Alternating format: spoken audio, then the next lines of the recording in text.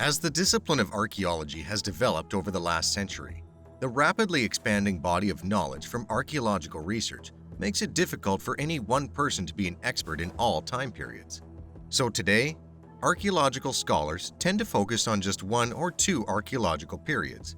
The same principle applies to biblical studies scholars as well. The field of biblical studies is so large and expansive that scholars and students will focus on one or two time periods or sections of the Bible. For instance, some focus on the Pentateuch, the first 5 books of the Bible, while others might focus on the Gospels, Matthew, Mark, Luke, and John. The amount of information available today is so enormous that it would be a mistake to expect a person to completely master the fullness of either biblical studies or archaeology, let alone master them both. The following, then, is a brief and general overview of the intersection of the early and intermediate Bronze Ages, along with the intersecting biblical periods.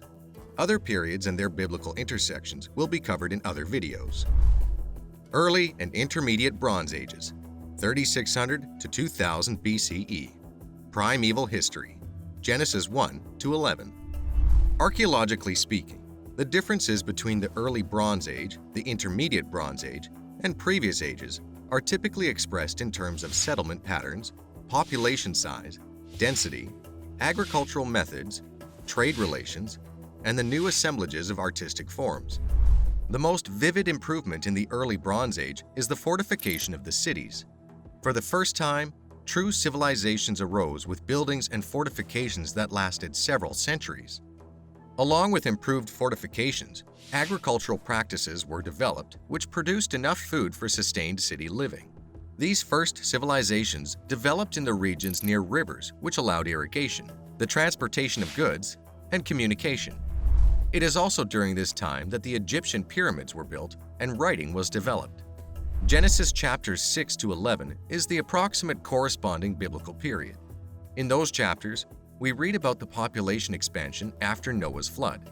Furthermore, people began to live in walled cities built with new techniques, fortifications, and religious centers.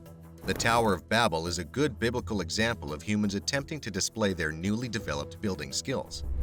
Middle Bronze Age, 2000 to 1550 BCE.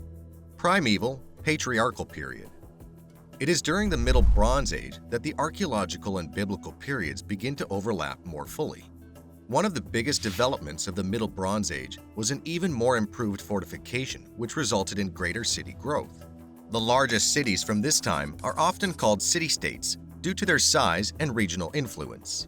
There were 3 major fortification improvements that led to the growth of the city-states. The first was the rampart. A rampart is a core wall made of bricks, mud, stones, or packed earth with steep ramps of packed earth on both sides. There was also another wall standing above the ramps. The second improvement was the glacis. The glacis is like a rampart, but without the inner core wall. These glacis were very steep and covered with a slick surface such as chalk or lime to hinder climbing up them. The last fortification improvement was seen in the gate system. During the Middle Bronze Age, gate systems grew from simple openings to areas which included massive towers and inner chambers on both sides of the entryway. While there are several known examples of Middle Bronze Age gate systems, 3 examples stand out and can be seen today at the cities Dan, Gezer, and Ashkelon. Dan was a northern city-state near the base of Mount Hermon. The MBA gate there was found intact by archaeologists and is now covered by a modern structure to protect it from the weather. Gezer was an MBA city-state that overlooked the Via Maris, the main road following the Mediterranean coastline, and guarded the road leading eastward toward Jerusalem. Gezer's gate has been excavated to its foundations and can be seen by visitors. Also located on the Via Maris, farther south than Gezer, the Ashkelon Gate has an impressive northward view of the Mediterranean coastline. Archaeologists uncovered and restored this massive gate system along with its rampart. One of the most interesting biblical connections to these 3 gates is that it is possible that during his sojourning from Haran to Bethel and then into Egypt, described in Genesis 12, Abraham might have seen all 3.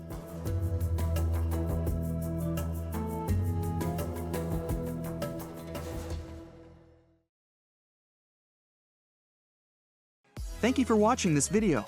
Don't forget to like and share, and make sure you subscribe so you don't miss any future videos.